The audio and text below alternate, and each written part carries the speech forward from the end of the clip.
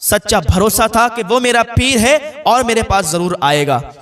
اب تو لوگوں کا ہجوم اس کے پاس لگنے لگا، یہ اپنے پیر کا انتظار دیکھنے لگا، وہیں پر کھڑا ہو گیا کہ میرا پیر آئے گا مجھ سے ملنے، میرا پیر آئے گا مجھ سے ملنے۔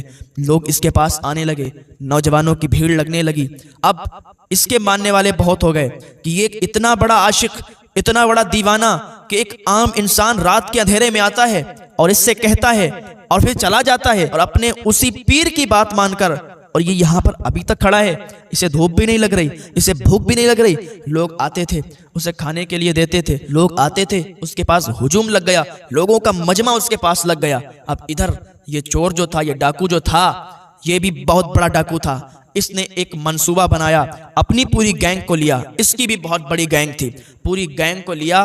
لینے کے بعد اس نے ایک منصوبہ بنایا کہ سنو، بغداد کے اندر ایک ایسا محل ہے کہ اس کے اندر سونا چاندی ہیرے جواہرات کا ٹھکانہ نہیں ہے، بہت مال ہے۔ اگر ہم لوگ اس پر دھاوا بولیں، اگر ہم لوگ اس محل کو لوٹ لیں، پوری زندگی کھائیں گے، پوری زندگی کھائیں گے، لیکن کمی نہیں ہوگی یار۔ تو اس کی گینگ نے کہا ٹھیک ہے سردار، جیسا آپ کا حکم ہو۔ یہ پوری گینگ کو لے کر بغداد کی گلیوں میں نکل گیا۔ اب بغداد کی گلیوں سے نکل کر یہ اسی محل پہ پہنچا، اسی گھر کے پاس پہنچا جس کو لوٹنے والا تھا۔ لوگ آتے جاتے تھے، لوگوں سے پوچھا مجھے یہ بتاؤ یہ کس کا محل ہے، یہ کس کا گھر ہے، بہت عالی شان ہے۔ کہ تمہیں معلوم نہیں ہے کس کا ہے؟ شہنشاہ بغداد حضور عبد القادر جیلانی غوث اعظم کا یہ گھر ہے۔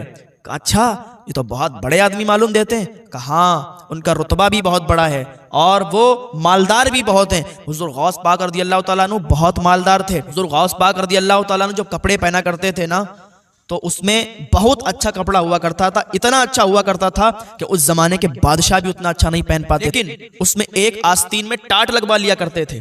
لوگوں نے پوچھا حضور اتنا اچھا کپڑا آپ پہنتے ہیں، اس میں ٹاٹ کیوں سلوا لیتے ہیں؟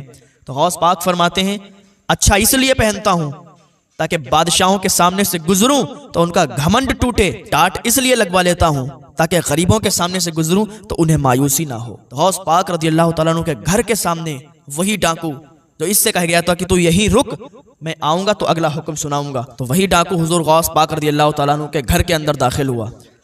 اور رات کا تو سناٹا تھا، اندھیرا تھا، گھر کے اندر داخل ہوا تو وہ ہاتھوں سے دیکھنے لگا کہ کہاں پر مال و دولت ہے، کہاں پر سونا چاندی ہے۔ تو ہاتھ میں کوڑا کرکٹ آ رہا تو اس کو سمیٹتا تھا اور بورے میں ڈال لیتا تھا، سوچتا تھا کہ یہاں تو کوڑا کرکٹ میں بھی سونا چاندی نکلے گا، یہاں تو کوڑا کرکٹ میں بھی مال و دولت نکلے گا، کیونکہ اتنا بڑا گھر ہے، اتنا بڑا، اتنا عالی شان محل ہے۔ تھوڑی دیر اسی طریقے سے یہ کرتا رہا، اکٹھا کرتا رہا، اور اتنے میں کیا دیکھتا ہے کہ کچھ لوگوں کے پیروں کی آہٹ اسے سنائی دی، اندھیرا تھا، پیروں کی آہٹ سنائی دی تو ایک کونے میں چھپ گیا۔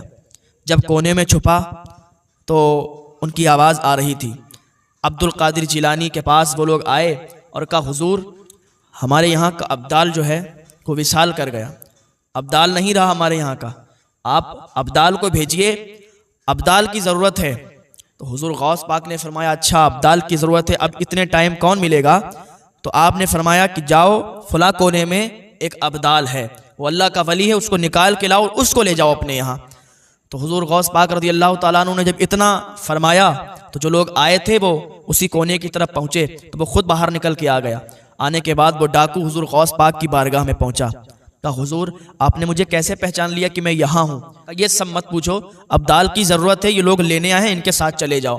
کہا حضور آپ کی بڑی کرم نوازی، میں تو ڈاکو ہوں، میں ان کے ساتھ کیسے جا سکتا ہوں حضور، میں تو آپ کے گھر میں ڈاکہ ڈالنے کے لیے آیا تھا۔ تو حضور غوث پاک فرماتے ڈاکہ تب ڈالنے کے لیے آیا تھا پر اب تو اللہ کا ولی ہو چکا ہے۔ جب اتنا فرمایا تھا تو وہ شاعر کہتا ہے نگاہ ولی میں وہ تاثیر دیکھی، بدلتی ہزاروں کی تقدیر دیکھی، کہ اب جا، اب تو ابدال بن چکا ہے، تو اللہ کا ولی بن چکا ہے۔ حضور یہ سب آپ کی کرم نوازیاں، ان لوگوں کے ساتھ وہ ڈاکو چلا گیا، وہ ابدال بن چکا تھا، اللہ کا ولی بن چکا تھا۔ وہ وہاں رہتا رہا اور کچھ دنوں کے بعد اس کا گزر اسی راستے میں ہوا جہاں وہ اس آدمی کو چھوڑ کر، اس ڈاکو کو چھوڑ کر چلا آیا تھا رات کے سناٹے میں کہ تو یہیں رک، جب تک میں نہ آؤں تو یہیں ٹھہرے رہنا۔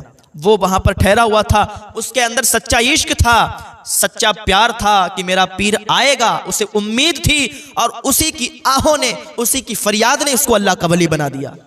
حضور غوث پاک کی شان دیکھیں، حضور غوث پاک دلوں کے حال کو بھی جانتے ہیں۔ اب یہ جو ڈاکو ابدال بن چکا تھا تو یہ جا رہا تھا راستے سے تو لوگوں کا ہجوم لگا ہوا تھا، لوگوں کی